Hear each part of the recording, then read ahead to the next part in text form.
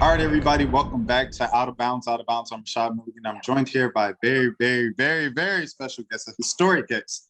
As a matter of fact, we have the Olympics coming up in a couple of weeks. And we have from the speed skating team, Maame Biney. Maame, first things first. Excuse me, got tongue tied. How are you doing? I'm good. How are you? Thanks for having me. Super excited to be here. Oh, no problem. No, the honor is ours to have you here so close to the start of the Olympics and everything. We know you're locked in right now and stuff, so we appreciate you taking the time just to talk to us for a couple minutes. My first question for you is I feel like you have probably the most iconic laugh in the Olympics right now. Uh, I just wanted to know what is the key, what brings you all that joy, and what do you think is the key to like optimism? Like, what does it do for you? And I guess your success while you're skating. Yeah, I think that the reason why I like laugh and smile so much, I guess, is because like there's so much wrong with the world, I guess, and there's like a lot of like not great things going on, and so being able to just like laugh and give happiness into the world just makes me like a better. I feel like it would make me a better person. So yeah. Okay, so it's just like the power of kind of like positive thinking. You're saying it's kind of like Yeah. a domino effect on everything else. Yeah. Yeah.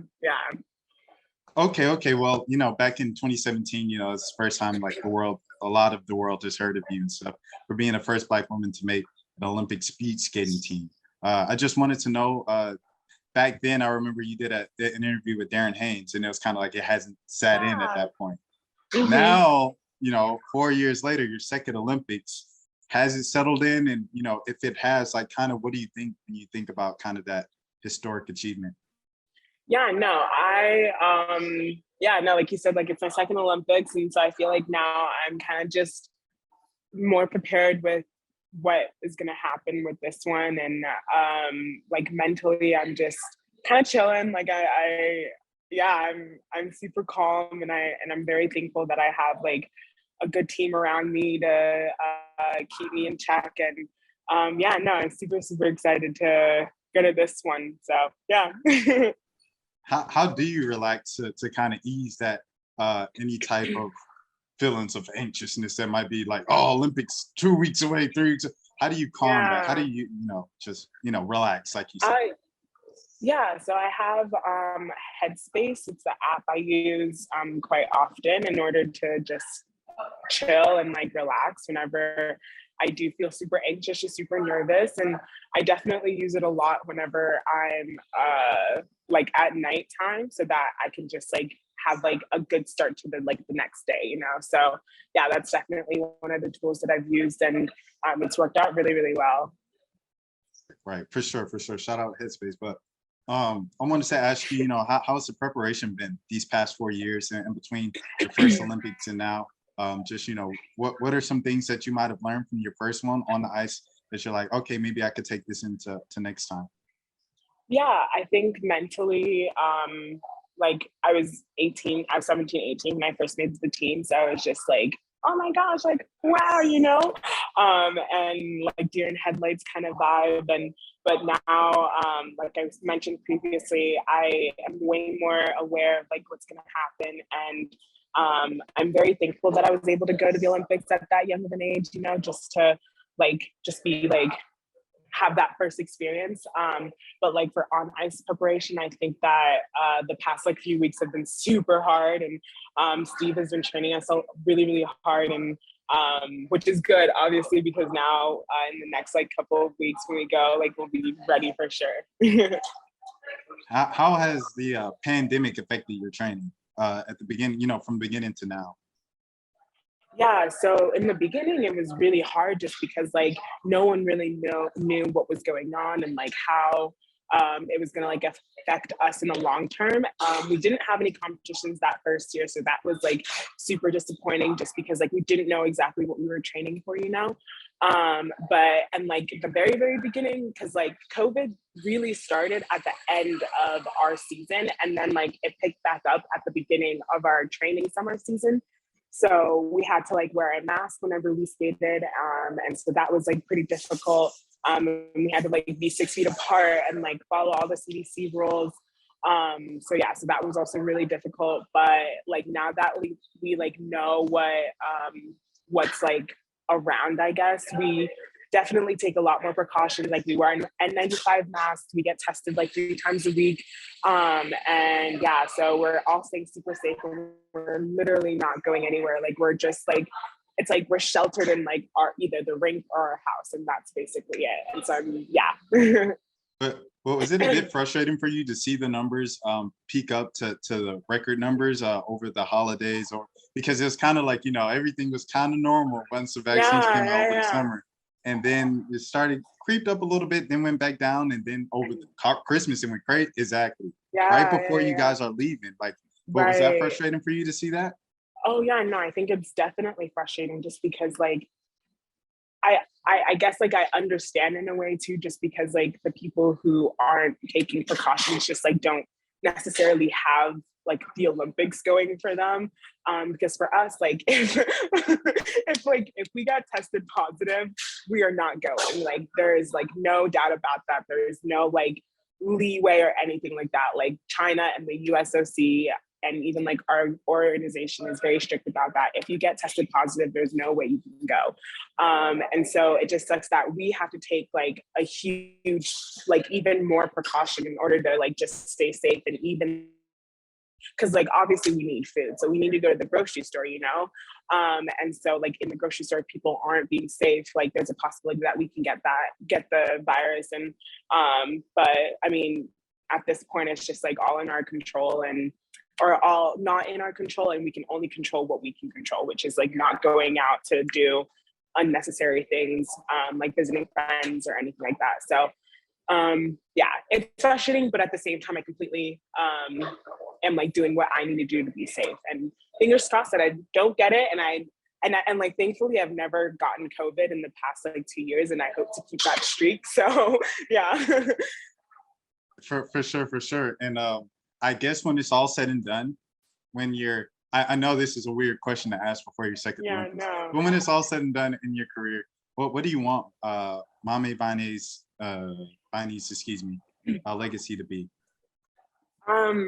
Yeah, I would very much love for people to remember me as someone that has given them some sort of inspiration in their life, whether that was in the first like 2 minutes that we've talked, or if we've known each other for 5+ years. Like I really hope to give people like, oh, like Maame, I remember when Maame said this, and like this has really helped me throughout my career, even like throughout my life. Because I don't want to be just known for a speed skater, or just being known for the medals that I won or anything like that. I want to be known for like, you know, like the impactful stuff. So speaking of the impactful stuff, you know, you're always, regardless of what happens from here on out, you're stamped in history. Like like I remember 2017 when I first heard of your story, like it was yesterday, you know, coming around to the Winter Olympics. I'm like, oh yeah, Mom, like what, you know, Maame and Aaron Jackson, and you know, the likes of you guys and stuff like that. So I just wanted to know, what is your message to other young Black girls who might look up to you?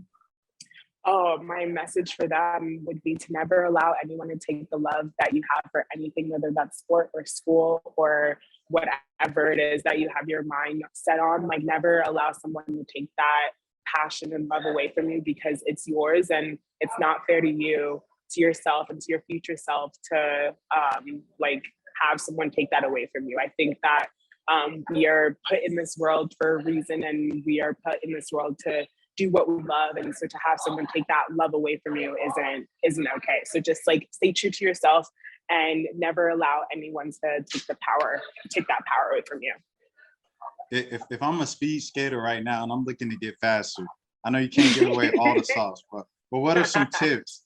If I wanted to like come around the corner quicker, what are some tips that you have for speed skating? Lean. All you gotta do is just lean. Just fall onto the ice basically, and you got it, and you're faster already. Did you growing up in the sport, did you ever feel kind of alienated at all, or you know, and if you have, you know, just because of maybe how you looked or whatever, or where you came from and stuff? How did you deal with that? How did you persevere? And like you said, never give up because you were just sticking with your passion. Yeah, no. When I was younger, so I don't necessarily remember it because I was like eight-ish, 8 to 10.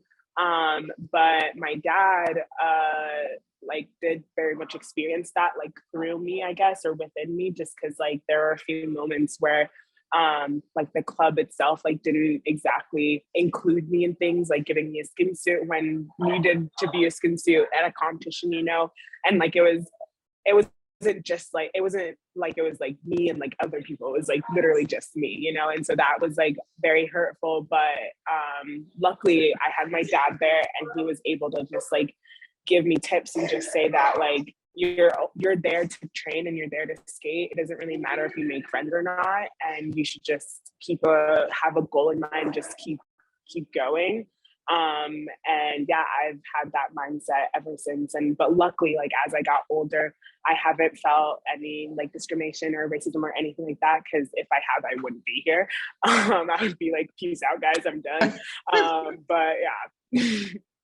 How is that as a 7, 8 year old to be like to have your dad be like, hey, don't worry about making friends, just keep skating as fast as possible. Like how, because for an adult you can comprehend that, but as a Yeah. 7, 8 year old, you're like, but dad, like I want friends too. Like how did that, how Yeah, did you get through no. that? Yeah, yeah, it was obviously very hard, but I mean, I had like maybe one friend, and luckily, like he was also Black too, and so I was able to like at least talk to someone. But yeah, no, I don't know. I was just like, okay, like I'll just do what you say, daddy. Speaking of your father, I saw the picture of you, watching the Washington game with them. You guys are all Washingtoned up and stuff. And he's just played such a large role in your life and your career. I just wanted to know, what do you think is the importance of having a father figure in your life? Yeah, I definitely think that it's incredibly important just because I know that even like really in the Black community, like it's really rare to have a single Black father. And so that being able to have that type of role model in my life and have that like headstrong, like perseverance kind of attitude all the time is super inspiring. And I hope to carry that on like within my life and even like within my kids. And yeah, we'll see how that goes. Mame, we appreciate it so much all the time. Best of luck to you at the Winter Olympics. You already know kind of how it goes with every time we turn on that TV at every Yeah. event, and we see, oh, that's one of, everybody gonna be rooting for you at the house. Everybody gonna be rooting for you. So be healthy, Oh. remain healthy, have a good trip. And any of your goals, anything else that you want to mention that you haven't mentioned already in the interview before we get out of here? I just wanted to say to use your voice and to never allow anyone to take your voice away from you. Just like never have anyone take your passion away from you. So yeah, just continue to use your voice and love what you do. I appreciate it so much. Maame Biney, everybody. Out of Bounds with Shaw Milligan. Until next time, you guys take care.